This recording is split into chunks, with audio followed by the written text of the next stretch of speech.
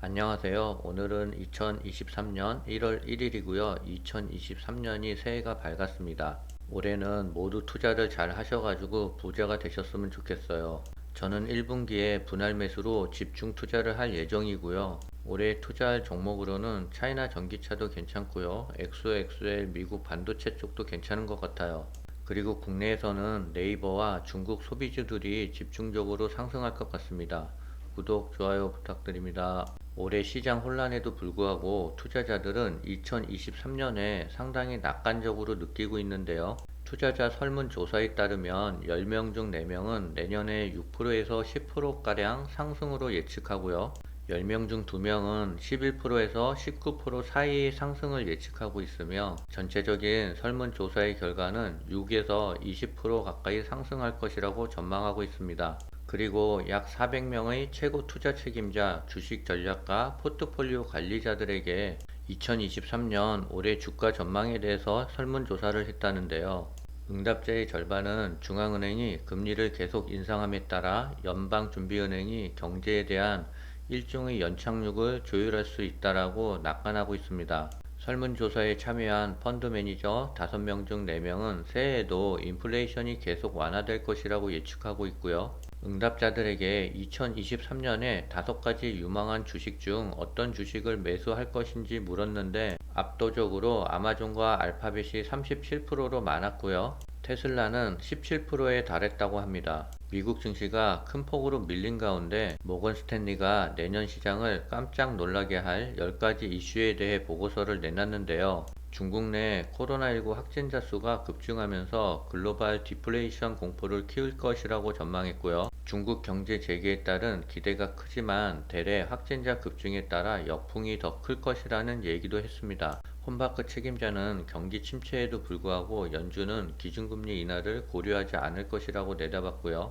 유럽의 중앙은행은 내년 하반기에 연준에 앞서 기준금리 인하에 나설 것이라며 주택시장 급락으로 정책 전환이 불가피할 것이라고 보고 있습니다. 우리나라도 가계경제에 타격을 줄 주택시장이 급락하고 있는데요. 하반기에는 한국은행도 금리 인하 쪽으로 방향을 틀 수도 있을 것 같습니다. 홈바크 책임자는 정치적 압력이 거세지면 연준은 내년 중 물가 상승률의 목표의 수정을 검토할 수 있을 것이라고 내다봤고요. 연준의 인플레이션 목표치는 장기 기준으로 2%인데 이 목표를 맞추려면 상당한 긴축 압박이 이루어져야 하는 만큼 정치권에서는 목표 자체를 3% 정도로 높이도록 압력을 행사할 것이라고 내다보고 있습니다. 최태원 대한상공회의소 회장 겸 SK그룹 회장은 장기적으로 보면 반도체는 업앤다운을 항상 하고 있고 최근에는 사이클이 아주 짧아졌답니다. 옛날에는 다운에서 업으로 올라가는데 3년이 걸렸는데 요새는 1년 단위씩 계속해서 움직이고 있는 것 같다라고 얘기했고요.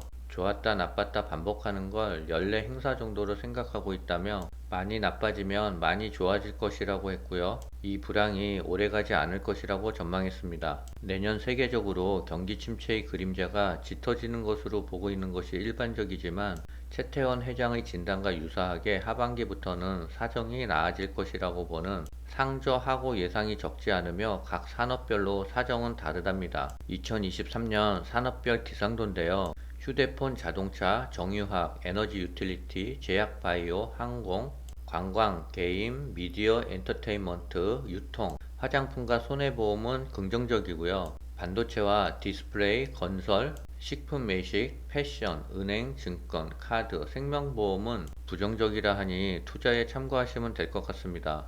중국 전기차 비아디가 인도 공장에서 전기 승용차 생산식을 개최했다는데요. 아토3는 인도 자동차 시장을 공략하기 위해 비아디가 첸나이 공장에서 생산하는 순수 전기차 SUV입니다.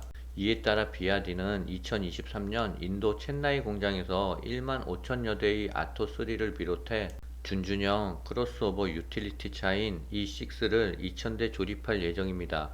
중국 정부가 미국 제약사인 머크앤컴퍼니의 먹는 코로나19 치료제 라게브리오 수입을 조건부 승인을 했다는데요. 라게브리오는 코로나19 바이러스의 복제 과정에서 리보핵산 대신 삽입돼 바이러스 사멸을 유도하는 의약품입니다. 주로 이 치료제는 경증 또는 중간 증세의 감염자나 중증으로 악화될 위험이 큰 감염자용 치료약으로 각국에서 승인받았고요. 앞서 중국은 지난 2월 화이자의 먹는 코로나19 치료제 팍스로비드 수입을 역시 조건부로 승인한 바 있습니다. 중국은 의료시설이 낙후해서 주사기나 냉동시설이 부족해 먹는 약 위주로 선택을 한 것 같습니다. 아무튼 적극적으로 치료약을 수입하고 있다니 다행인 것 같아요. 네이버의 월봉 차트와 일봉 차트를 보면 상당히 매력적인 구간인데요.